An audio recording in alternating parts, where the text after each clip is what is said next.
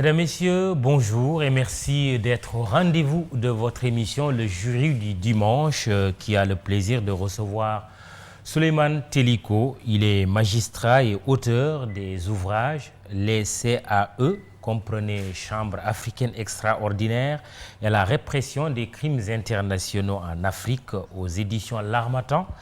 Méditation sur l'acte de juger aux éditions Librairie juridique africaine. Bonjour, Monsieur Teliko. Bonjour, Monsieur Khan. Merci de l'invitation. C'est moi qui vous remercie d'être venu. Un juge qui adopte une posture inhabituelle, habitué à juger, le magistrat se voit ainsi devant un jury. Le jury populaire du dimanche, vous l'avez compris. Les dossiers ne manquent pas. D'abord, ces deux ouvrages que nous avons sous les yeux. Le premier sur les chambres africaines extraordinaires qui ont jugé et condamné l'ancien président tchadien Hissène Habré. Et le second livre s'intitule Méditation sur l'acte de juger, l'ultime audience. Ensuite, il y a toute votre réflexion tirée de votre expérience de magistrat sur la justice nationale et ses réformes nécessaires, la justice internationale à l'image de la Cour pénale internationale, l'indépendance de la magistrature sénégalaise, le Conseil supérieur de la magistrature, la spéculation foncière et les terrains des magistrats, certains le pensent. Mesdames, Messieurs, veuillez faire entrer le juge. Je ne vais pas, Monsieur Teliko, vous demander de jurer, puisque vous l'avez déjà fait en d'autres circonstances en prêtant serment. Vous êtes président de chambre à la Cour d'appel de Thiès, ancien secrétaire général des cours d'appel de Dakar et de Kaolack. Comment qualifieriez-vous l'acte de juger? Un acte grave, un acte normal, un acte inconfortable? Comment? Merci, M. Khan.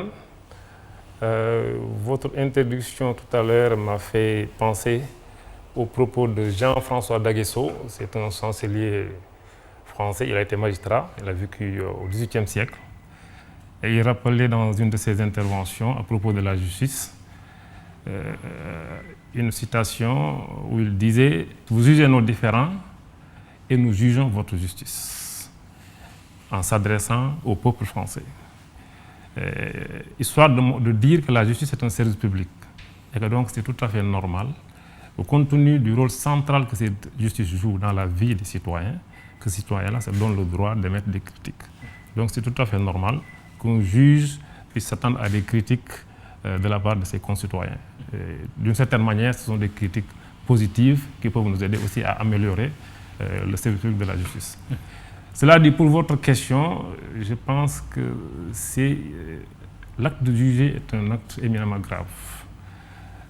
Je vais vous rappeler, citer juste une anecdote de notre doyen Ousmane Camara. Oui. Vous le connaissez sans doute. Oui, bien sûr, le président Il me rappelait la dernière fois, après avoir lu cet ouvrage, il me rappelait une de ces anecdotes lors du procès Mamoudou Dia. Oui. Il tenait le siège du ministère public. Et à quelques heures du démarrage du procès, le président de la juridiction est venu le trouver. Il lui a dit « Jeune homme, ne salis pas cette robe que tu portes parce qu'elle ne t'appartient pas. » Ça donne un peu une idée de la dimension de l'acte de juger. C'est une manière de lui dire qu'aujourd'hui, en prenant la responsabilité de faire des réquisitions, tu n'engages pas simplement ta propre crédibilité, tu engages la crédibilité de l'institution judiciaire. C'est en cela que l'acte de juger me paraît éminemment délicat. Parce que non seulement il y a le premier enjeu, c'est l'enjeu qui tient aux libertés, à la vie, au bien des citoyens, mais il y a un enjeu plus global qui tient à la crédibilité de la justice. Parce que la justice est un symbole. C'est un symbole d'égalité, un symbole de neutralité. Oui. Quand vous jugez mal, vous pouvez affaiblir ce symbole-là. Donc c'est important qu'un magistrat qui est en train de juger sache qu'en fonction du comportement et de la posture qu'il adopte, il peut soit affaiblir, soit renforcer ce symbole-là. C'est pourquoi je dis que c'est un acte éminemment grave. Et c'est pourquoi je pense que Guy Caneveu disait que nous ne jugeons que les mains tremblantes. Un juge qui a une pleine conscience de ses responsabilités, forcément, il ressent une certaine crainte au moment de prendre l'acte de juger. Alors, vous venez de publier ce livre que nous avons sur la table, Les chambres africaines extraordinaires et la répression des crimes internationaux en Afrique. Préface de deux monstres, quand même, du droit sénégalais, Demba Kandji, le juge, postface du professeur Ndiaw Diouf. Vous avez un regard du dedans de ces chambres pour avoir été juge d'instruction. Pourquoi il était nécessaire d'écrire cet ouvrage? Oui, il m'a semblé nécessaire d'écrire cet ouvrage. Et l'idée m'est venue lorsque, après la fin de notre expérience de juge d'instruction, nous avons été sollicités par des chercheurs étrangers qui étaient venus pour écrire un ouvrage et nous ont sollicités pour rédiger des articles dans l'ouvrage. En ce moment-là, j'ai dit à certains de nos collègues que ce n'est pas normal, à mon avis, que l'on laisse des chercheurs étrangers venir écrire sur notre expérience et venir plus tard nous vendre cet ouvrage-là. C'est notre expérience d'abord, avant d'être celle des autres. Je pense que nous sommes les mieux placés pour parler de cette expérience-là. Ça a été vraiment un déclic pour penser déjà à rédiger cet ouvrage-là. Mais dans le fond aussi, j'estime que c'est une expérience tellement enrichissante que ce serait pour moi un gâchis que de ne pas revenir sur les enseignements qu'il faut tirer de cette expérience-là. C'est pourquoi j'ai pensé à rédiger cet ouvrage-là. Et je pense que ça peut être utile à la fois pour les chercheurs, les universitaires comme pour les praticiens. Je vous pose cette question parce que dans les réactions sur la page Facebook de l'émission, un de vos compatriotes du nom de Mamadou Ndaw qui dit « Ce livre était-il utile pour le Sénégal, d'autant plus que tous les Sénégalais vous attendent d'avoir le courage de faire face à une justice injuste », c'est son commentaire, mais toujours aucun d'entre vous, s'adressant sans doute aux magistrats, n'a le courage de parler de notre justice à part des déclarations inutiles. Commentaire de Mamadou Ndaw. Bon, c'est un commentaire, je pense que moi je respecte l'avis de tout le monde, mais ceux qui sont dans le milieu judiciaire savent toute l'abnégation et tout le travail que les magistrats sont en train de faire pour essayer d'améliorer un tant soit peu la justice de notre pays. Maintenant, c'est très facile de l'extérieur de critiquer, mais je pense qu'honnêtement, nous sommes en train de faire matériellement et physiquement, nous sommes en train de faire de notre mieux pour que cette justice-là fonctionne. Vous savez, on n'est pas obligé d'être engagé. On peut avoir une posture très facile, c'est d'aller travailler et de rentrer chez soi. Et puis, la vie est belle comme ça. Mais si on s'engage au sein d'une union de façon bénévole, on investit son temps, son énergie, c'est parce qu'on a un idéal de justice qu'on veut faire réaliser. Et ça aussi, il faut que les gens le comprennent. Mais on doit le faire aussi dans le respect des règles qui gouvernent notre profession. Nous ne sommes pas des politiciens, nous ne sommes pas, je n'ai rien contre les politiciens, mais nous avons nos propres contraintes et tout ce que nous faisons, nous devons le faire dans le respect de ces contraintes-là. Mais je ne pense pas qu'on puisse reprocher aux magistrats un manque de courage. Il suffit de lire les décisions. Le problème, c'est qu'on retient souvent les trains qui n'arrivent pas à l'heure. Mais il y a beaucoup de décisions où les magistrats ont fait preuve d'un courage extraordinaire. Les gens n'en parlent pas, c'est tout. Mais je ne pense pas que les magistrats dans l'ensemble manquent de courage, bien au contraire. Alors, juge d'instruction auprès de ces chambres africaines extraordinaires dans le cadre de l'affaire Habré, avant d'aller plus loin, on s'aperçoit dans le livre le lien qui existe entre le droit international ou la justice internationale et la justice nationale. C'est à travers cette définition que vous faites du droit pénal international qui serait ou qui est différent du droit international pénal. C'est quoi la nuance? Parce qu'il peut y avoir confusion. Oui, c'est un débat de doctrine, mais c'est important aussi à clarifier. En fait, le droit pénal international, c'est le droit national, disons, auquel on a greffé un cachet international. Donc, dans le droit pénal international, on est d'abord dans le droit pénal, c'est-à-dire une branche du droit interne, branche à laquelle on a ajouté un cachet international. Dans le droit international pénal, c'est l'inverse. On est dans le droit international, le droit des États, dans lequel, en principe, il n'y a pas de cachet pénal, puisque les États ne peuvent pas faire l'objet de sanctions. Et on est donc dans le droit international auquel on a fait un cachet pénal. Donc il s'agit de deux phénomènes. Il s'agit d'un phénomène d'internationalisation du droit pénal. On parle de droit pénal international. Et un phénomène de pénalisation du droit international. Avec le principe de l'extranéité. Disons plutôt, c'est le principe, ce qu'on appelle la responsabilité pénale individuelle. Vous savez, jusqu'en 1945, quand il y avait par exemple des crimes de guerre ou des crimes commis en temps de guerre, les individus ne pouvaient pas être attraits devant des juridictions.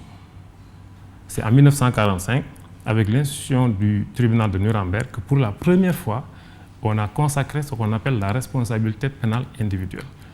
Et là, on a considéré que les crimes, les atrocités étaient tellement graves qu'on ne pouvait pas permettre à des dirigeants de se réfugier derrière l'écran de l'État pour se soustraire à leurs responsabilités.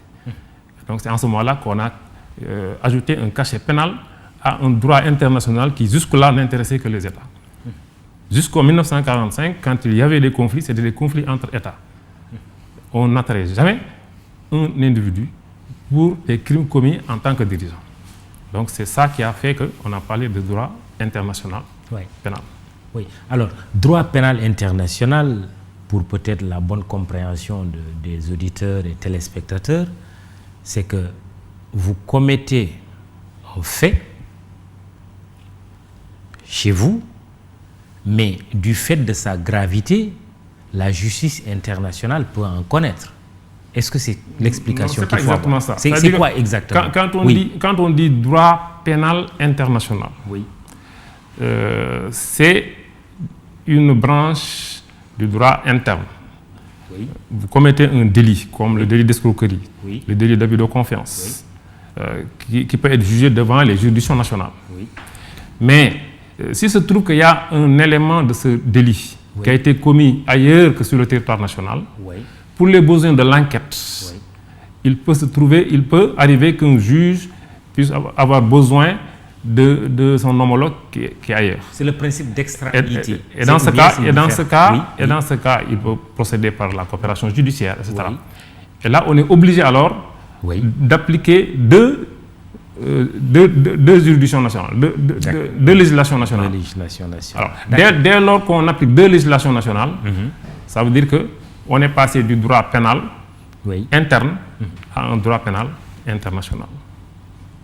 Mais à la base, c'est une infraction qui pouvait être jugée par les juridictions nationales. Mais du fait de l'existence d'un élément d'extranéité, là, on fait recours à deux législations nationales. Et dans ce cas, on parle de droit pénal international. Maintenant, le droit international pénal, là, on est au cœur du sujet qui a été traité ici. Parce que là, on parle des crimes internationaux. Ce sont des crimes qui sont tellement graves qu'on estime qu'au-delà de l'ordre public national, ils ont porté atteinte à l'ordre public international. Et en ce moment-là, on reconnaît à chaque État le droit de se saisir de cette affaire-là, même si le crime n'a pas été commis sur son territoire. Et vous suivez l'émission Le Jury du dimanche qui reçoit le juge Souleymane Teliko, auteur de 2 ouvrages que nous avons devant nous. Et pour revenir donc à ce dernier ouvrage, les CAE, avec le procès Habré, mais pourquoi seulement des chambres africaines extraordinaires pour Hissène Habré, puisque vous étiez juge d'instruction? Est-ce que, à l'arrivée, l'ancien président tchadien a pu bénéficier d'un procès juste et équitable? Pour rappel, il a été condamné pour crimes contre l'humanité, crimes de guerre et actes de torture, pour des faits commis quand même il y a très longtemps, entre 1982 et 1990, année de sa présidence. Est-ce que, à l'arrivée, il a pu bénéficier d'un procès juste et équitable? Et pourquoi lui? Il y a 2 aspects dans votre question. Vous avez dit d'abord pourquoi les chambres africaines. Ça, je vois que c'est l'une des raisons d'ailleurs qui m'ont poussé à écrire. C'était pour montrer dans quelle mesure on peut considérer qu'il était pertinent de créer une juridiction internationale sur le modèle des chambres africaines extraordinaires. Pourquoi donc les chambres africaines? Et ça, si on revient au contexte dans lequel ces chambres ont été créées, on se rend aisément compte de la pertinence de ce choix-là. Puisqu'il y avait, comme pour toutes les autres juridictions internationales pénales, c'est le contexte qui justifie la création du modèle de juridiction. Avec les chambres africaines, on était dans un contexte de demande de justice formulée par des victimes tchadiennes. Et cette demande a été formulée pour la première fois au Sénégal, puisque c'est le juge Demba Kandji justement qui avait inculpé pour la première fois M. Hissène Habré. Absolument. Même si l'inculpation a été plus tard annulée, pour des raisons juridiques que vous connaissez certainement. En disant que la justice sénégalaise n'était pas compétente. Voilà. Voilà. Et c'était le cas également. On n'avait pas encore introduit dans notre législation le principe de la compétence universelle, qui permet à un État ou à une juridiction nationale de se saisir de faits commis hors du territoire national. Voilà. Mais les victimes n'ont pas baissé les bras.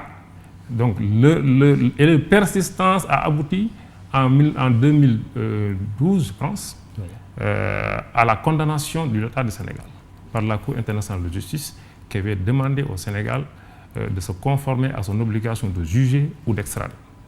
Donc, pendant une dizaine d'années, il y avait une demande de justice qui est là, persistante. Mais à côté, l'offre de justice n'était pas adaptée.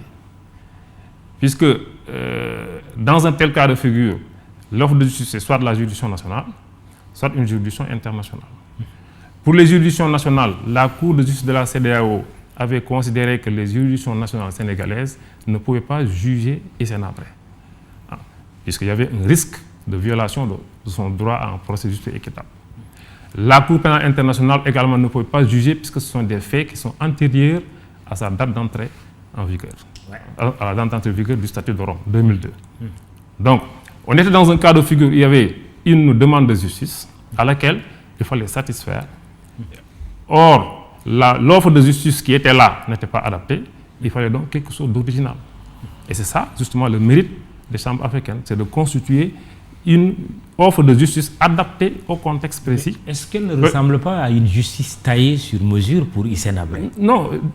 Vous savez, toutes les juridictions ad hoc spéciales, ce sont des juridictions qui ont été créées en fonction d'un contexte précis. Si vous voyez les chambres extraordinaires du Cambodge ont été créées parce qu'il y avait un contexte précis, avec les Khmers rouges. Si vous voyez le tribunal de Sierra Leone a été créé dans un contexte précis pour faire face à des crimes précis. Le tribunal de Rwanda, international de Rwanda, le tribunal international pour l'ex-Yougoslavie, tout ça sont des faits précis qui ont justifié la création d'une juridiction pénale. C'est donc normal. Mais je ne pense pas qu'on puisse dire que c'était juste pour juger Hissène Habré. Mais il fallait quand même satisfaire une demande de justice. Et je pense que c'est ça qui justifie la création des chambres africaines. Pour le moment, il est le seul à avoir comparu devant ces chambres. Pas pour le moment, ça veut dire qu'il a été le seul. Oui. Il a été le seul. Maintenant, est-ce que c'est une raison pour dire qu'il n'a pas bénéficié d'un processus équitable, pour répondre à l'autre aspect de votre question? La question. Je ne pense pas. Il faut d'abord qu'on sache ce que l'équité, ce qu'on entend par équité quand on parle de procès juste et équitable. Parce que quand les gens, souvent, ils confondent équité du procès et sens de l'équité ou impression. Non. Ce n'est pas parce que vous avez l'impression que les choses n'ont pas été justes que forcément il y a un procès inéquitable. L'expression procès juste et équitable répond à une définition précise en droit. Il s'agit simplement de faire de telle sorte que dans le procès, qu'il y ait un équilibre entre les parties et que chaque partie puisse être en mesure de défendre valablement sa cause. Et surtout, il y a des principes qui sont connus, qui tendent justement à consacrer cet équilibre du procès-là. Ces principes, c'est le principe des droits de la défense, c'est le principe de l'égalité des armes, c'est le principe du contradictoire. Aujourd'hui, si on veut dire que le procès n'est pas équitable, il faudra prouver que l'un de ces principes a été violé d'une manière ou d'une autre, ce qui n'est pas le cas. Au contraire, moi, je suis revenu largement dans l'ouvrage sur chacun de ces principes pour montrer en quoi ces principes-là ont été effectivement respectés. Si je peux vous donner un seul exemple, si vous voulez. Vous savez, au Sénégal, en matière criminelle, lorsqu'on est au stade de l'instruction, la défense n'a pas la possibilité de se délivrer une copie de la procédure. C'est ça l'état actuel de notre législation nationale. Alors, quand M. Hissène Habré a été inculpé, la première requête de la défense a été de solliciter une copie de la procédure. Et le parquet a requis le rejet de la demande, en se fondant justement sur les articles 105 et suivants du Code de procédure pénale, en disant que non, le Code de procédure pénale du Sénégal, qui est applicable en l'espèce, ne prévoit qu'une mise à disposition du dossier et non une délivrance d'une copie de la procédure. Mais la Chambre d'instruction, s'inspirant des règles qui garantissent un procès juste et équitable, a fait droit à la requête en permettant à la défense de se faire délivrer une copie de la procédure. Un autre aspect aussi, c'est à chaque fois qu'il s'est agi d'aller effectuer une commission rogatoire internationale, puisque nous en avons fait 4. À chaque fois, nous avons pris le soin également d'inviter toutes les parties, défense comme partie civile, à dresser une liste des témoins à charge ou à décharge qu'ils souhaiteraient faire entendre. Donc, je pense que l'important pour un juge, c'est de satisfaire son devoir de mettre toutes les parties en mesure de défendre leur cause. Très bien. Et ça a été fait, je pense. Vous mettez quand même un bémol au laurier que vous tressez aux chambres africaines extraordinaires, en regrettant ou en relevant, c'est selon la non-comparution des autres personnalités tchadiennes mises en cause dans les violations commises durant les années Habré. Absolument. Vous parlez de Guyini Kourey, de Saleh Younous, de Mahamat Djihrin El Djonto, Zakaria Berdey.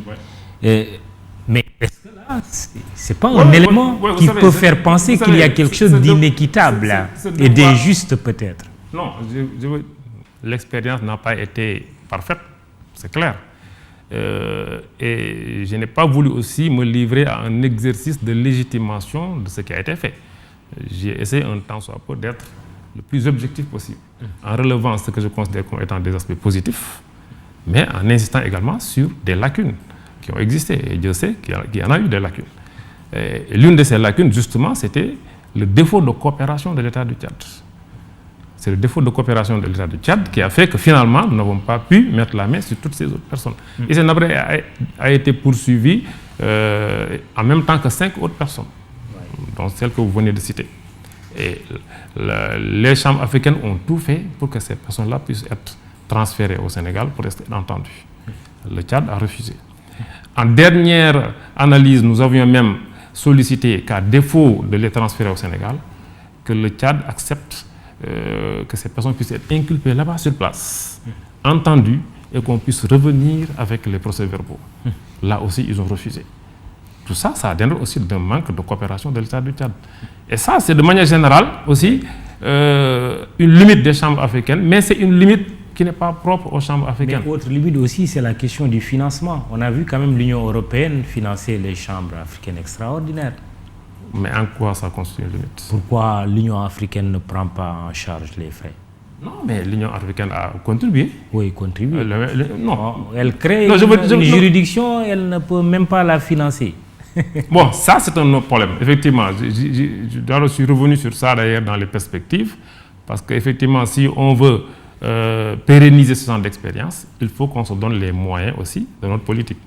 On ne peut pas réclamer une justice africaine pour les Africains, alors qu'on n'a pas les moyens de mettre en place une juridiction de cette nature-là. Surtout que la Cour pénale internationale est très critiquée par les Africains en disant que cette CPI n'est faite que pour les Africains. Que faut-il faire?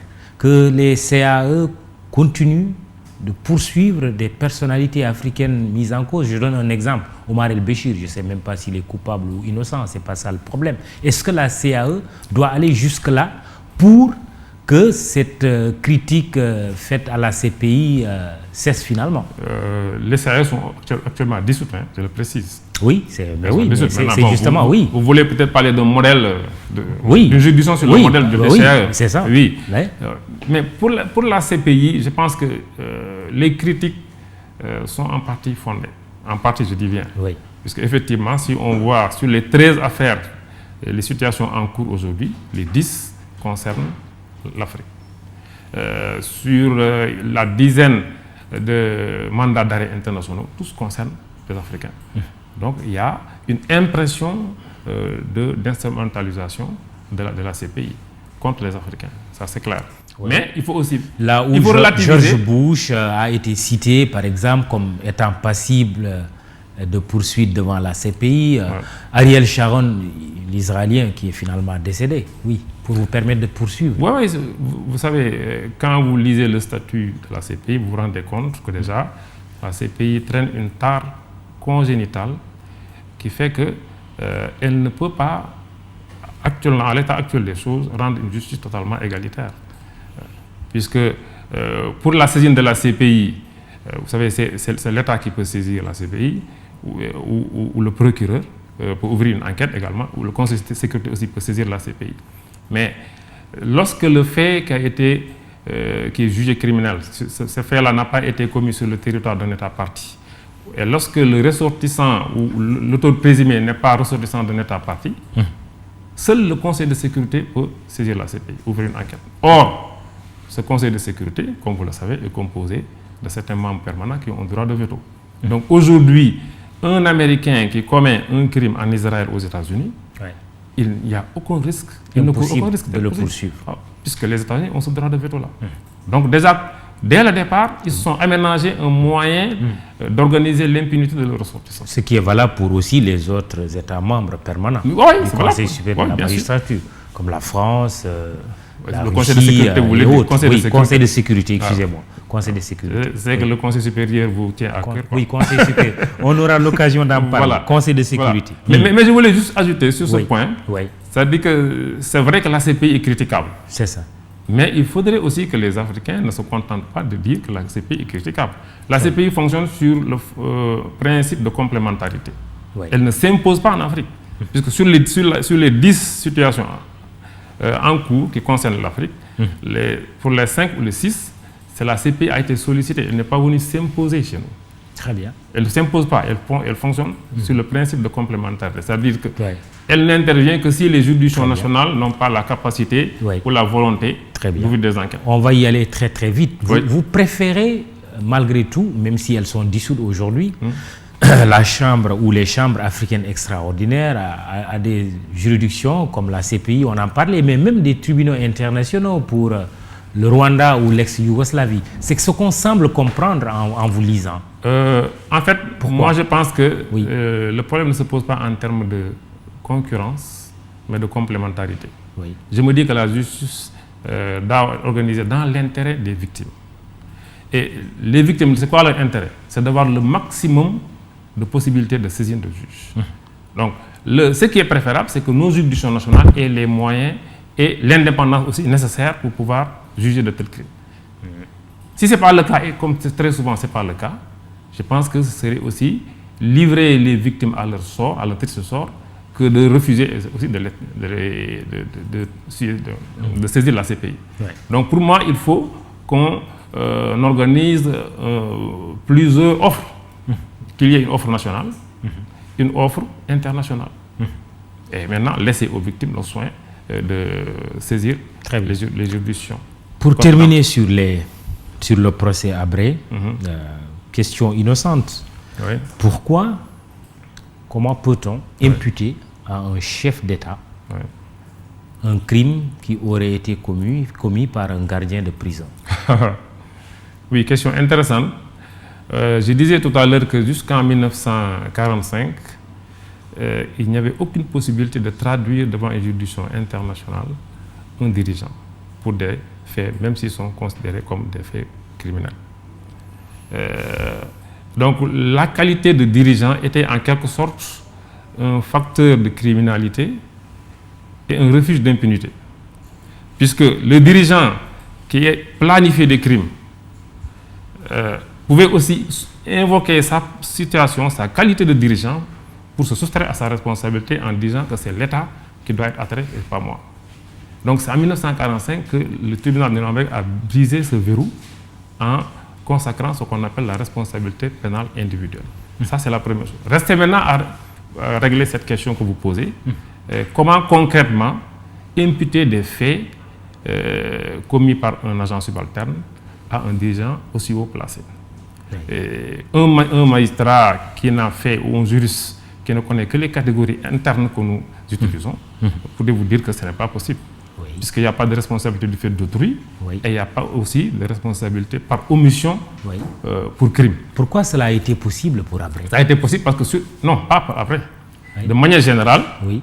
et ça, on tient ça de l'héritage du tribunal de Nuremberg, qui a consacré ce qu'on appelle la responsabilité du supérieur hiérarchique. Tant et si bien qu'aujourd'hui, avec la justice pénale internationale, il est possible d'imputer des faits commis par un agent subalterne, un agent pénitentiaire, par exemple, aux dirigeants, à un dirigeant aussi haut placé, soit-il, par le recours justement à cette notion de responsabilité du supérieur hiérarchique. En droit international pénal, donc l'omission peut être un fait criminel, contrairement au droit interne. C'est comme ça. Donc on a consacré un mode de responsabilité particulier qui permet justement d'imputer des faits à des dirigeants. Très bien. Et je pense que ça aussi c'est extrêmement important, parce que c'est un message aussi d'espoir, en même temps que mise en garde pour tous les dirigeants qui peuvent planifier des crimes en pensant qu'ils peuvent se réfugier derrière leur qualité officielle pour se soustraire à leur responsabilité. Jury du dimanche iRadio ITV, le magistrat Souleymane Teliko en est l'invité. Juridiction nationale, juridiction internationale et même sous-régionale, tout un débat s'est posé dans les procès Karim Wade devant la Cour de répression de l'enrichissement illicite, Khalifa Ababacar Sall, ancien maire de Dakar, en correctionnel. Mais il y a eu des recours au niveau de la Cour de justice de la CEDEAO ou d'autres organismes de défense des droits de l'homme au niveau international. Il y a eu un sentiment que les partisans de ces personnalités politiques et même certains défenseurs des droits de l'homme, leurs avocats également, que au fond, les juges sénégalais n'ont pas eu le courage d'aller jusqu'au bout parce que souvent la Cour de justice de la CEDEAO a infirmé les jugements. Ouais. Oui, bon, c'est un commentaire, parce que moi je n'entre pas dans les jugements de valeur, je m'en tiens aux faits. Et le fait, effectivement, c'est que la Cour de justice de la CEDEAO a effectivement considéré que dans l'affaire Khalifa Sall, par exemple, il y avait eu une violation d'un des principes qui garantissent un processus équitable, c'est notamment la présomption d'innocence. Et je crois qu'il y a un autre principe également, c'est les droits de la défense. Ça, il faut le regretter. Moi, je le regrette franchement parce que j'estime que nous avons toutes les ressources humaines, des ressources humaines de qualité qui ont été bien formées et qu'ils peuvent nous épargner ce genre de déconvenue parce que c'est clairement une déconvenue pour la justice sénégalaise. C'est quelque chose que je regrette, mais voilà, c'est un constat qu'on fait. Et sur Karim Wade? Sur Karim Wade, il y a eu moins de problèmes sur Karim Wade. Je pense que la question juridique qui s'était posée vraiment, c'est surtout sur l'affaire Khalifa Sall. Là, effectivement, moi je peux considérer que la Cour de justice de la CEDEAO avait raison, et qu'effectivement, il y avait d'une part une violation de la présomption d'innocence, et d'autre part, il y avait également une violation des droits de la défense par la justice sénégalaise. Ça, c'est clair. Est-ce qu'il faudrait peut-être réviser non, réviser quoi? Ces procès? Non, on ne peut pas les réviser. Non, oui, par exemple. On peut les réviser. La révision obéit à des conditions strictes, il faut des faits nouveaux, etc. Ce qui n'est pas pour le cas vous, ici. ce n'est pas le cas? Non, ce n'est pas le cas. Oui, et comment faire si, non, moi, après constat que peut-être certains droits ont été violés, comme vous semblez le dire? C'est souhaiter que ça n'arrive plus. Et puis sensibiliser davantage, insister sur la formation, sur la sensibilisation. Et surtout poser le débat. Parce que moi je pense que c'est ça peut-être qui manque un peu. Il faudrait qu'il y ait beaucoup plus de débats sur toutes ces questions-là, pour qu'on en tire les enseignements nécessaires. C'est d'ailleurs la raison pour laquelle j'ai souhaité rédiger cet ouvrage-là sur les chambres africaines. Oui. Il faudrait qu'on ait l'occasion de revenir sur toutes ces affaires-là, qu'on en tire les enseignements nécessaires du point de vue juridique, du point de vue judiciaire, et si on doit modifier des dispositions, qu'on les modifie pour le bien de la justice. Je pense que ça, c'est important. Alors, nous allons justement parler du sujet, l'indépendance de la magistrature sénégalaise. Oui. Si on vous pose la question comme ça, oui, à brûle pour point, oui, vous allez dire, mais la magistrature sénégalaise est indépendante? Ça dépend de la manière dont on pose les questions. Bon, comme je viens de la poser, est-ce qu'elle est indépendante? Ainsi poser la question, je crois qu'on ne peut pas avoir une réponse précise. Si vous me dites, est-ce que toutes les conditions sont réunies pour que la justice puisse exercer son indépendance, j'ai dit non. Ah oui? Oui, ça j'ai dit non. Pourquoi? Vous savez, dans l'articulation, et ça c'est un problème de fond au Sénégal, un problème d'équilibre des pouvoirs. Dans l'articulation des rapports entre la justice et l'exécutif, il y a deux impératifs qu'il faut tenir en compte. Le premier, c'est de reconnaître à l'exécutif tous les pouvoirs, toutes les prérogatives nécessaires à l'organisation du service public de la justice. Le pouvoir de nommer aux emplois civils et militaires, le pouvoir de concevoir et de conduire la politique pénale. Ça, c'est le premier impératif. Le second impératif, c'est de faire de telle sorte que l'exercice de ce premier pouvoir dévolu à l'exécutif ne conduise pas à remettre en cause l'indépendance de la justice. Et c'est là justement où il y a un problème au Sénégal. Je vais vous donner deux exemples. Le premier, c'est le parquet. Les hommes politiques, si vous les écoutez, que ce soit le ministre de la Justice ou autre, ils vont vous dire que c'est l'exécutif qui doit conduire la politique pénale. On est d'accord. Personne ne songe à remettre ça en cause. Le ministre de la Justice était là il y a quelques semaines. Justement, mais est-ce que l'exercice d'un tel pouvoir doit permettre au ministre de la Justice de s'immiscer dans le traitement des affaires judiciaires? C'est non. Et vous pensez que le ministre de la Justice a... Non, le parquet, vous savez, les affaires de la justice? C'est pas une attaque personnelle, oui, mais je parle de l'institution et de l'articulation des rapports. J'ai dit, tel que c'est fait, le ministre a la possibilité de s'immiscer dans les affaires judiciaires. À la possibilité. Et ça arrive des situations comme ça? Non, je vais vous juste expliquer pourquoi ça peut se faire. Oui. Le parquet, c'est une autorité judiciaire qui a des attributions juridictionnelles, qui peut ordonner des arrestations, qui peut requérir le mandat de dépôt, qui peut exercer des voies de recours qui maintiennent la personne en détention. Quand vous mettez une telle autorité sous la subordination de l'exécutif, indirectement, vous donnez à l'exécutif la possibilité d'avoir une influence sur le traitement des affaires judiciaires. On est d'accord? Oui. Donc, aujourd'hui, le ministre peut, par instruction écrite, demander au parquet de requérir dans tel ou tel sens, d'exercer une voie de recours, etc. Et donc, indirectement, il s'immisce dans l'affaire. Et pourquoi ça, c'est une entorse au principe de la séparation des pouvoirs. Pourtant, il y a une autre perception de la part des justiciables. Ibrahima Bousso qui dit, lui, pourquoi au Sénégal les juges, là il s'adresse à vous, magistrats, sont toujours considérés comme des alliés de l'exécutif? Bon, il revient sur la même question, les juges sont-ils indépendants? Justement, vous savez, cette situation du parquet, elle a deux conséquences dommageables, cette subordination. D'abord, elle permet l'immixtion de l'exécutif dans le traitement des affaires judiciaires, comme je viens de le dire.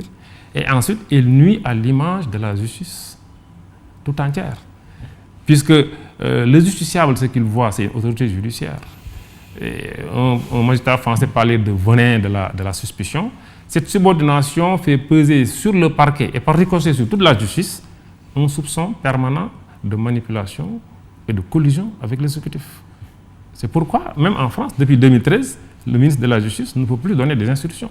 Donc vous êtes favorable à ce nous avons sollicité une réforme dans ce sens. Couper le cordon ombilical. Non, pas couper le cordon ombilical. Parce que c'est ça qu'ils attendent. De l'autre côté, on ne coupe pas. C'est ce que je disais tout à l'heure. On essaie de concilier les deux exigences. Laisser à l'exécutif le soin de conduire la politique pénale par des circulaires, mais ne pas aller jusqu'à l'immixtion dans les traitements des affaires judiciaires en interdisant au ministre de donner des instructions au procureur. Ça correspond à quoi du point de vue institutionnel? Comment? C'est ça? Non, c'est-à-dire que en France, nous avons fait une proposition de réforme très précise qui consiste à modifier le code de procédure pénale. C'est ça. Et à enlever toutes les dispositions qui permettent à un ministre de la Justice de donner des instructions dans telle ou telle affaire. Et le problème est réglé. Le ministre, désormais, devrait se contenter de donner des circulaires pour tracer les grandes lignes de la politique pénale et laisser à chaque procureur le soin de décider librement du traitement des affaires judiciaires. En allant jusqu'à même faire des appels à candidature. Vous avez soutenu ça. Ça, c'est le Conseil supérieur.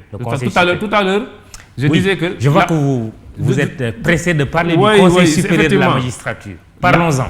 Tout à l'heure, pour rester dans le fil de mes idées, je disais tout à l'heure qu'il y avait 2 illustrations qui montrent qu'il y a un déséquilibre au profit de l'exécutif. La première illustration, c'est donc la situation de subordination du parquet.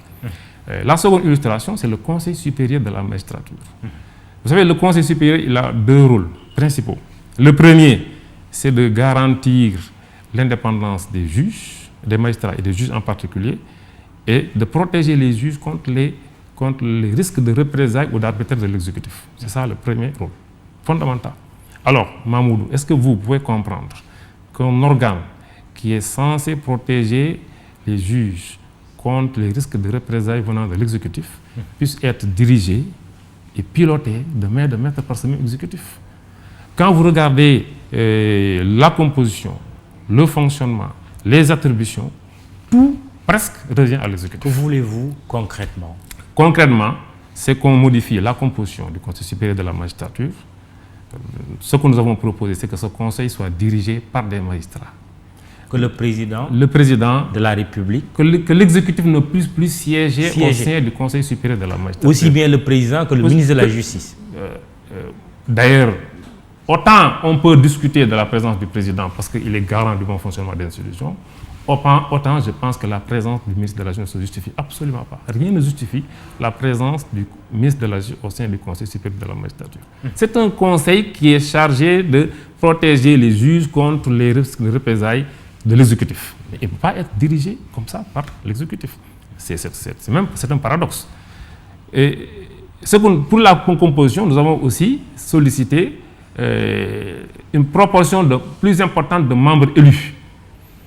Aujourd'hui, la composition est faite, elle est de telle sorte que ce sont les membres de droit qui doivent leur présence au président de la République qui constituent la majorité de ce conseil. Ça, c'est sur la composition.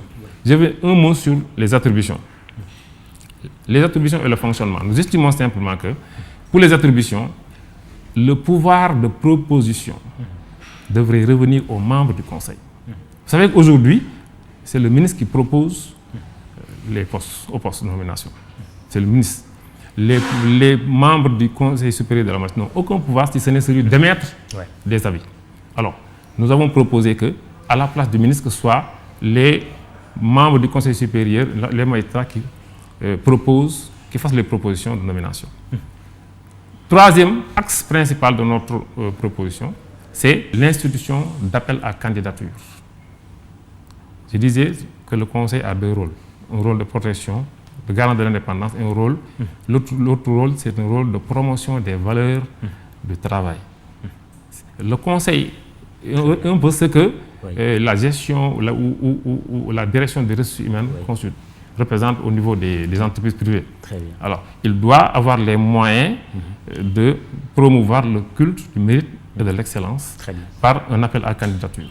Très bien. Alors, maintenant, nous avons fait également la proposition, mais sur tout ça, quand vous écoutez les représentants de l'exécutif, ils ne disent rien par rapport à l'appel à candidature, ils ne disent rien par rapport aux membres élus, ils ne disent rien par rapport au pouvoir de proposition, ils se contentent de dire que non, le président ne va pas sortir. Comme si c'était la seule proposition que nous faisions. Alors que c'est, à la limite, même quelque chose de marginal pour nous. Vous avez le sentiment que l'exécutif ne veut pas faire ces réformes? Le ministre de la Justice, qui est chargé de faire les propositions de nomination, il a quand même fait quelques avancées. Ça, je dois le reconnaître. Et moi, je suis au Conseil de supérieur depuis 3 ans. Très rapidement, parce qu'il faut qu'on... La première, c'est qu'il a quand même accepté, il a fait appliquer un critère objectif, me semble objectif, c'est la limitation de la durée d'exercice aux fonctions de chef de service. Ça, il l'a appliqué pour la première fois. Mais on est toujours dans une logique de contrôle du Conseil par l'exécutif. Très bien, d'accord. Un éminent professeur de droit estime que c'est même mal poser la question que de demander si la magistrature était indépendante. Que la bonne question, c'est de se demander est-ce que le magistrat est indépendant? Non, est-ce que ce n'est pas une question individuelle finalement? Je comprends votre... Mais comme j'ai dit, quand vous lisez les constitutions, quand on institue la séparation des pouvoirs, on parle d'indépendance du pouvoir judiciaire. l'indépendance du pouvoir judiciaire, c'est le corollaire indispensable de la séparation des pouvoirs. Donc on ne peut pas dire que l'indépendance posée en ces termes-là, c'est mal posé. Non, ce n'est pas mal posé la question. Au contraire, ce qu'il faut comprendre, c'est que l'indépendance de la justice en tant que système repose sur 2 piliers. Le premier pilier, c'est l'indépendance, c'est le caractère, c'est une affaire de caractère. Ce sont les hommes, leurs valeurs, leur attachement à l'éthique. Mais le deuxième pilier, comme je l'ai dit, c'est également les textes qui régissent les rapports entre l'exécutif et la justice. C'est important. Parce que la situation du parquet, elle n'a rien à voir avec les hommes, elle n'a rien à voir avec leur éthique. La situation de subordination du parquet, c'est une question de texte, ce n'est pas une question d'homme. On est d'accord. Je vais vous donner un autre exemple pour vous montrer à quel point c'est une question parfois de texte aussi. En 2017, nous avons voté au Sénégal une loi qui proroge l'âge de la retraite jusqu'à 68 ans et qui subordonne cet avantage qui consiste à aller jusqu'à 68 ans à l'occupation effective de quelques fonctions. Ce qui veut dire qu'aujourd'hui, un magistrat, moi qui vous parle par exemple, je n'ai aucune idée de l'âge auquel je devais partir à la retraite. Parce que tout dépend de l'exécutif. Si l'exécutif le veut, je vais aller jusqu'à 68 ans. Si l'exécutif ne veut pas, je vais partir à 65 ans. Vous voyez ça? C'est une précarité qui en porte à faux avec le principe d'inamobilité et qui fragilise la situation des magistrats. Ça, c'est extrêmement grave. Je peux même dire qu'il n'y a pas eu de précédent dans la législation sénégalaise, tellement cette loi me paraît à la fois discriminatoire et attentatoire au principe de l'indépendance de la justice. Donc si on veut aussi renforcer l'indépendance de la justice, c'est bien d'invoquer l'éthique des hommes, parce que je suis d'accord, c'est avant tout une affaire de caractère, parce que jusqu'à présent, il y a des magistrats qui, malgré les difficultés, travaillent avec indépendance. Chaque jour, on voit des décisions courageuses qui sont rendues par les magistrats. L'indépendance de la magistrature ou l'indépendance du magistrat en corrélation avec la spéculation foncière. Ici, dimanche dernier, un opposant, Thierno Alassane Sall, a dit qu'il va être difficile pour les juges de trancher les litiges fonciers parce qu'eux-mêmes, ils bénéficient de ces terrains, de terrain. Vous répondez quoi? Non, mais je suis vraiment surpris et même choqué par la légèreté d'une telle affirmation. Mamour, je pense qu'il faut quand même qu'on sache raison garder et qu'on respecte aussi les magistrats et de manière générale tous les citoyens. Quel est le rapport entre l'attribution de terrains à usage d'habitation et le traitement de conflits fonciers à venir? Ça n'a aucun rapport. Ça n'a strictement aucun rapport. Les magistrats, comme tous les autres Sénégalais, se sont organisés, ils ont une coopérative. La coopérative a bénéficié d'une attribution de terrain. Je crois que c'est faire un procès d'intention injuste aux magistrats, comme d'ailleurs aux autorités qui ont délivré ces terrains, que de vouloir établir une corrélation quelconque entre ces terrains-là et le traitement de dossiers à venir. Chaque jour que Dieu fait, nous traitons des centaines de litiges fonciers dans la plus grande transparence sans que personne ne trouve rien à dire. Donc il faut parfois aussi savoir raison garder et accorder un minimum de bonne foi aux magistrats que nous sommes. Peut-être qu'il fait allusion à des faveurs qui n'auraient pas dû exister. J'ai entendu parler de faveurs individuelles. Accordées à tel ou tel. Je pense que c'est le maire, un maire de Dakar d'ailleurs qui en a parlé. Mais moi je ne parle pas de ça parce que je n'ai aucune information par rapport à ça. Franchement, je n'ai rien à dire par rapport à ça. Par contre, l'attribution de terrain à une coopérative faite de façon tout à fait anonyme ne peut en aucune manière être mise en parallèle avec un traitement des dossiers à venir. Non. Il nous reste 3 à 4 minutes de cette émission. Le jury du dimanche qui reçoit le magistrat Souleymane Teliko. Question d'Aliou Diouf. L'accès au palais de justice de Dakar est interdit aux journalistes de la presse privée sénégalaise. Le secrétaire général de la cour d'appel, M. Mamadou Lamine Diédhiou, soulève une menace terroriste pour justifier cette interdiction d'accès.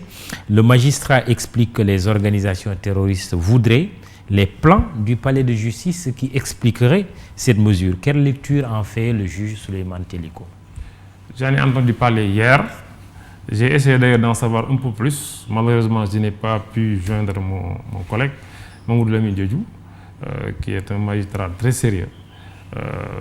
À vrai dire, je ne sais pas dans quelle mesure cette information est vérifiée. Donc, il m'est difficile de faire un commentaire. Mais le principe que je retiens, c'est que quand même, il ne serait pas normal, à mon avis, de traiter les journalistes privés de cette manière-là.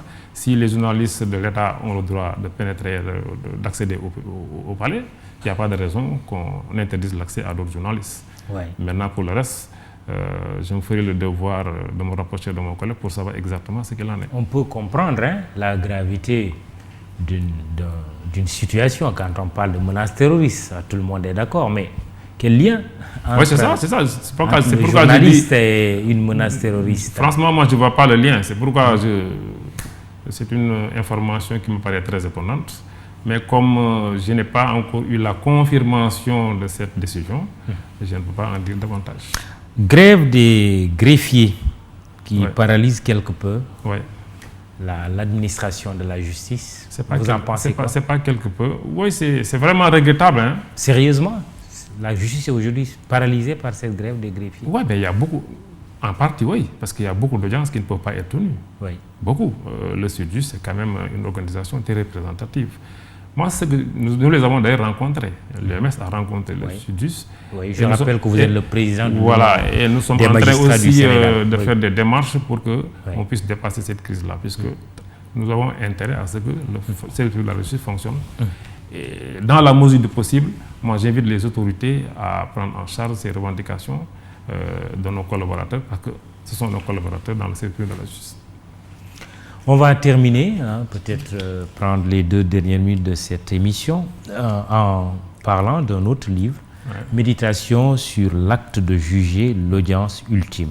Un livre d'ailleurs traduit en anglais et en arabe, c'est une très bonne chose pour élargir la palette. Je vais lire quelques passages. Allah, le Seigneur, parce que ce livre-là a une dimension religieuse, dispose de tous les moyens pour connaître la vérité. Il n'en est pas de même pour les juges de ce monde. En effet, devant le tribunal des hommes, les juges sont en permanence exposés à des risques de manipulation ou d'erreur. Ces risques sont notamment dus au fait que les accusés ont le droit de mentir. Les témoins peuvent ne pas dire la vérité malgré le serment qu'on leur fait prêter. Les enquêteurs peuvent se tromper ou être instrumentalisés. Autant dire que quelque vigilant et intègre qu'il soit, le juge n'est pas à l'abri d'une erreur d'appréciation. Sa décision, contrairement à celle de Dieu, est donc sujette à contestation et à recours. Ainsi, la vérité judiciaire n'est en définitive qu'une vérité relative susceptible d'être remise en cause, soit par la survenance de faits nouveaux, soit par les révélations de l'ultime audience. Je pouvais poursuivre et vous citer un auteur que le juge juge avec les mains tremblantes. Alors, qu'est-ce que vous voulez montrer à travers ce livre, Méditation sur l'acte de juger, l'ultime audience? En fait, cet ouvrage est écrit sur le jugement dernier. Donc, ce n'est pas une méditation sur l'acte de juger comme le titre semble l'indiquer. C'est plutôt une méditation sur ce que j'appelle l'ultime audience, le jugement dernier. Mais j'ai adopté une démarche d'analogie en faisant le parallèle entre ce que nous faisons au niveau de l'audience criminelle et ce qui va se dérouler au jour du jugement dernier, tel que c'est décrit dans le Coran. Et à la fin, la conclusion que l'on peut en tirer, c'est que l'audience criminelle ici-bas, c'est une sorte de représentation en miniature du jugement dernier. C'est vraiment l'impression qu'on a. Alors, plus on réfléchit, plus on médite sur le jugement dernier, plus on se rend compte de la relativité de la vérité judiciaire telle qu'elle est consacrée dans nos juridictions. Il y a un contraste saisissant entre le pouvoir infini de Dieu, son savoir infini, et nous, notre savoir qui reste gravé dans la finitude et dans le relatif.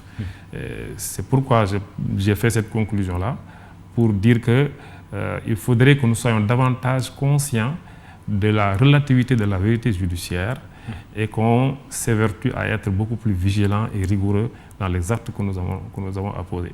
Puisque autant l'acte de juger peut impacter durablement et définitivement la vie et l'honneur de quelqu'un, autant nous pouvons également nous tromper. Imaginez simplement que sur erreur d'un juge, que quelqu'un puisse être condamné à 10 ans, à 20 ans, etc. Ou à mort. Ou à mort. C'est une responsabilité énorme. Et donc c'est pourquoi j'ai dit que c'est important que l'on ait cette perception-là. Je pense que d'habitude la symbolique judiciaire que nous avons, c'est une symbolique profane. C'est une symbolique qui d'ailleurs renvoie à la déesse grecque, avec un bandeau, avec... Là, ce qui est intéressant, c'est une dimension spirituelle de la symbolique judiciaire qui permet aux juges, en venant présider une audience, de se rappeler que lui aussi, un jour, il sera jugé. C'est une belle conclusion pour cette émission, le jury du dimanche, qui a le plaisir de recevoir, ou qui avait le plaisir de recevoir, le juge Souleymane Teliko, auteur de 2 ouvrages. Il est également président de l'Union des magistrats du Sénégal, UMS. Même si vous m'avez dit, Monsieur Kane, je vais plus parler parce que je suis auteur de 2 livres que président de l'UMS.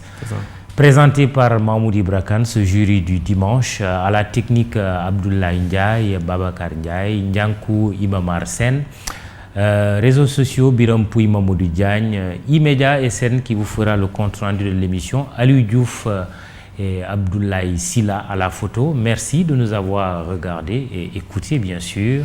Bon dimanche, rendez-vous dimanche prochain.